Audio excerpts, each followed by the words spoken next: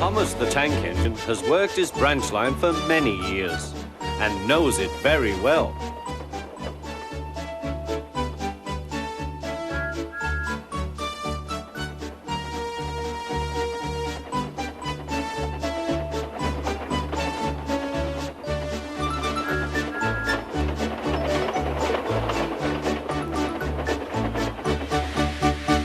You know just where to stop, Thomas, laughed his driver.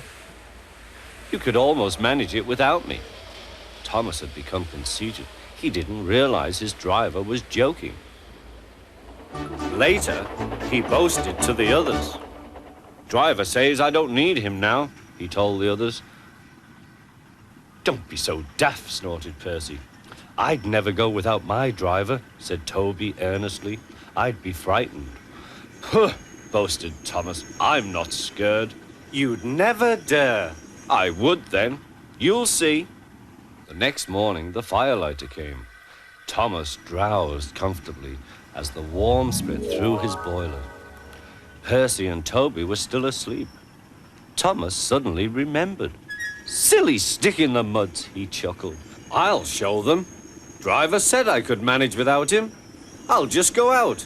Then I'll stop and wheesh. That'll make them jump. Thomas thought he was being clever. Really, he was only moving because a careless cleaner had meddled with his controls. He soon found his mistake. He tried to wheesh, but he couldn't. He tried to stop, but he couldn't. He just kept rolling along. He didn't dare look at what was coming next. There was the station master's house. The station master was about to have breakfast. Horrors! Cried Thomas and shut his eyes. The house rocked. Broken glass tinkled.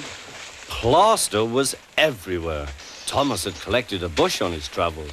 He peered into the room through its leaves. He couldn't speak. The station master was furious. His wife picked up her plate. You miserable engine, she scolded. Just look what you've done to our breakfast.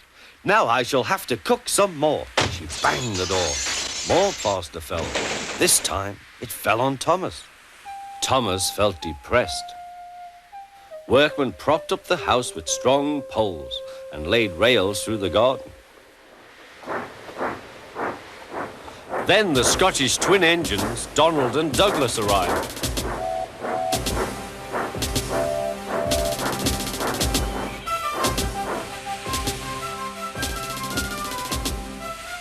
Don't fash yourself, Thomas. We'll soon have you back on the rails, they laughed.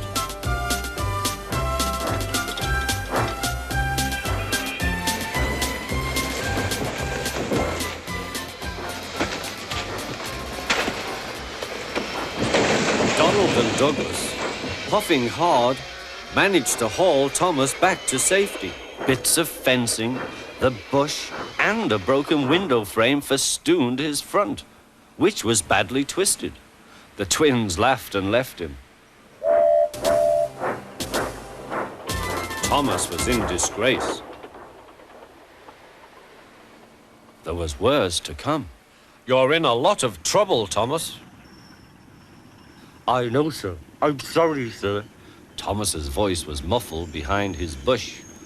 You must go to the works and have your front mended. It will be a long job. Yes, sir. Meanwhile, a diesel rail car will do your work. The diesel, sir? Thomas spluttered.